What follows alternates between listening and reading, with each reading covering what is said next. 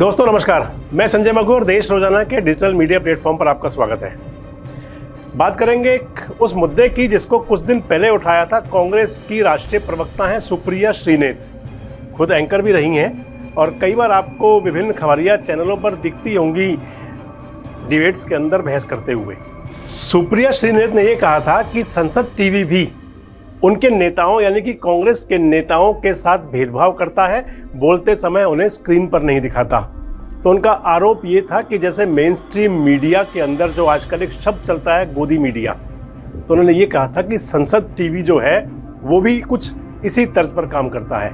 इस आक्षेप के साथ बाकायदा उन्होंने ट्वीट किया था।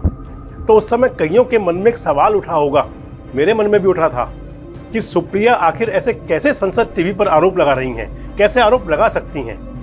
हकीकत क्या है जानना जरूरी होता है, क्योंकि किसी ने ट्वीट किया और हमने उसको अगर फॉलो कर दिया और उस बात को मान लिया बिना जाने पूछे तो वो भी ठीक नहीं है। बस इसलिए कल जब संसद में महीनों बाद राहुल गांधी बोले तो मन हुआ क्यों ना फुटेज का विश्लेषण कर लिया जाए।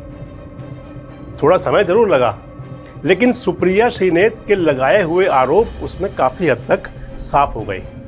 कल संसद में घमासान था, घमासान चल रहा है। आज अंतिम दिन है, अविश्वास प्रस्ताव पर जो बहस चल रही है उसका अंतिम दिन है। पीएम मोदी आज जवाब देंगे और इसके साथ में सदन जो एनडीए की सरकार है उस पर अपना विश्वास मत जाहिर करेगा। तो घमासान जो रहा, जिसकी मुख्य बात में मैं जा रहा हूं, क्योंकि कल के शो के अंदर, ये संसद का शो ही है एक, उस शो के अंदर स्मृति ईरानी और राहुल गांधी के बीच तकरार थी, वो आमने सामने थी। वैसे भी राहुल गांधी और स्मृति के बीच में, क्योंकि अमेठी में चुनाव भी लड़े थे, राहुल गांधी अमेठी से पहली बार चुनाव हारे, स्मृति ईरानी पहली बार लोकसभा की मेंबर बनी और उसके बाद से राहुल गांधी और स्मृति ईरानी आमने सामने होते रहते हैं। स्मृति ईरानी के तेज तरार और बहुत जोर से उनके गरजने वाले भाषण आप कई बार सुनते भी होंगे। तो वैसे तो ये आमने सामने तो नहीं थे, पहले राहुल गांधी बोले थे और फिर स्मृति ईरानी बोली थी। लेकिन राहुल गांधी की स्पीच के तुरंत बाद, जो मैंने आपको बताया कि राहुल गांधी के संबोधन के तुरंत बाद स्मृति ईरानी जी उन पर जमकर बरसी थी। फिर चाहे वो मणिपुर का मुद्दा हो और चाहे कुछ अन्य बातें, उन्होंने खूब उनके बयान दिए, और चाहे वो अडानी वाला इशू था। और अंत में, उस स्पीच के अंत में स्मृति ईरानी द्वारा वो जो इशारा था और राहुल गांधी के भाषण के अंत में जो वो इशारा था जिसे स्मृति ईरानी ने फ्लाइंग किस का नाम दिया है, उसके साथ राहुल गांधी का संबोधन खत्म हुआ था। खैर, वीडियो का मुद्दा मेरा ये नहीं है। वीडियो का मुद्दा वो है जहां से हमने शुरू किया था कि संसद में विपक्ष के सांसदों, खासकर कांग्रेस के नेताओं के फुटेज पर संसद टीवी क्या पक्षपात करता है या नहीं। तो दोस्तों, एडिट मशीन पर बैठकर मैंने जब दोनों के पूरे भाषण देखे, स्मृति ईरानी जी का भी और राहुल गांधी जी का भी, तो पहले बात करते हैं राहुल गांधी के स्पीच की। जो राहुल गांधी का संबोधन था, क्योंकि राहुल गांधी पहले बोले थे, तो राहुल गांधी ने अपना संबोधन शुरू किया था कि माननीय स्पीकर साहब ने जो उन्हें अपनी बात कहने का मौका दिया, इसके लिए उन्होंने धन्यवाद किया। और उसके साथ साथ उन्होंने माफ़ी मांगी एक स्पीकर साहब से, और उसके साथ साथ ये बताया कि जो उनकी सदस्यता बहाल की गई है। खैर, राहुल गांधी की जो स्पीच थी वो 35 मिनट और 53 सेकेंड की थी।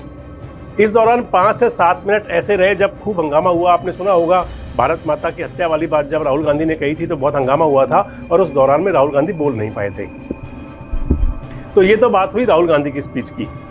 अपने संबोधन के दौरान, यानी कि 35 मिनट 53 सेकेंड की स्पीच के दौरान, राहुल गांधी जो टीवी के स्क्रीन पर दिखे, संसद टीवी के स्क्रीन पर, वो 15 मिनट 41 सेकेंड रहे, वो भी 56 कट्स के साथ, यानी कि उसमें 56 कट लगे थे।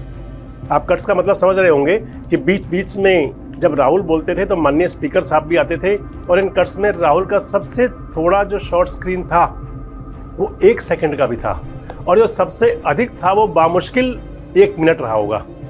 यानी कि कल की अपनी पूरी स्पीच में राहुल गांधी लगातार 1 मिनट से ज़्यादा स्क्रीन पर नहीं दिखे, और स्पीच की जो कुल ड्यूरेशन थी, यानी कि जो समय था, उसका आधा समय उनका चेहरा कैमरे ने कैप्चर नहीं किया।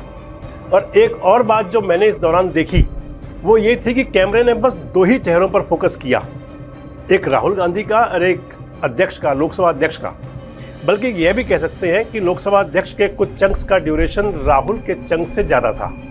पूरे समय के दौरान लगातार 4 मिनट के लिए स्पीकर स्क्रीन पर दिखे, लेकिन राहुल कहीं भी 25 सेकंड, 30 सेकंड या 35 सेकंड से ज़्यादा दिखाई नहीं दिए। मैंने आपको पहले बताया कि 2 दफ़ा उनके जो ड्यूरेशन थी वो 1 मिनट की रही, 1 मिनट से कम ही थी कुछ। तो जहाँ जहाँ ज़्यादा ऊंची आवाज़ में राहुल बोल रहे थे, वहाँ वहाँ उनके भावों को कैमरे पर तवज्जो भी नहीं मिली, क्योंकि हाव भाव बड़े ज़रूरी होते हैं दिखाने। लेकिन उस समय कैमरा उनकी तरफ नहीं था। यहाँ तक कि स्पीच के एंड में जब राहुल गांधी ने अपने भाषण का समापन किया तो जो उनका थैंक यू था वो भी कैमरे ने कैप्चर नहीं किया। और अब बात करते हैं केंद्रीय मंत्री स्मृति ईरानी के भाषण की। जो स्मृति ईरानी का भाषण था वो था 53 मिनट और 35 सेकंड, यानी कि राहुल के स्पीच के ठीक उलट। और करीब करीब 1 मिनट के अपने भाषण के दौरान उनके चंद सेकंड्स के लिए 2 दफ़ा ऐसा हुआ जब उन्हें बीच में बैठना पड़ा, जो कि कैमरे ने दिखाया भी। राहुल की स्पीच के दौरान वो 5 मिनट चुप रहे, लेकिन कैमरे ने वो नहीं दिखाया था। खैर, स्मृति ईरानी की पूरी स्पीच में कुल 27 टुकड़े थे, यानी कि स्मृति ईरानी 27 बार स्क्रीन पर दिखाई दी, वो भी लंबे समय के लिए। उनके कई चंक्स का ड्यूरेशन 5 से 6 मिनट भी रहा। आपको यकीन ना हो तो आप दोनों वीडियोस को YouTube पर देख सकते हैं। इन 27 चंक्स में स्मृति ईरानी कुल 49 मिनट और 23 सेकंड टीवी के स्क्रीन पर रही, संसद टीवी के स्क्रीन पर। इसके अलावा बचे हुए बाकी समय में माननीय स्पीकर साहब दिखाई दिए और 1-2 शॉट्स ऐसे थे जिसके अंदर भारतीय जनता पार्टी के सांसद दिखाई दे रहे थे। लेकिन जब राहुल बोले उस दौरान कैमरे में सिर्फ 2 ही शॉट चले। तो मोटा मोटी मान लीजिए कि स्मृति ईरानी के 53 मिनट के भाषण में, 53 मिनट 35 सेकंड के भाषण में वो 49 मिनट कैमरे पर रहीं, और राहुल गांधी का जो 35 मिनट का भाषण था उसमें वो 15 मिनट स्क्रीन पर रहे। अब सुप्रिया श्रीनेत का आरोप कितना सही है और कितना गलत, आप खुद तय करें और कमेंट बॉक्स में आकर के अपनी टिप्पणी जरूर दें। और इस प्रकार की खबरों के लिए हमारे साथ जुड़े रहें, देखते रहें देश रोजाना। नमस्कार, धन्यवाद।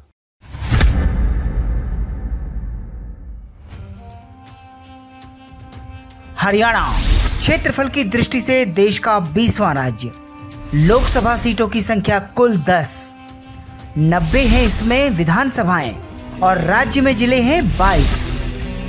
हर जिले का सटीक विश्लेषण देखिए देश रोजाना की स्पेशल सीरीज जिलेवार हरियाणा विद संजय मकूब।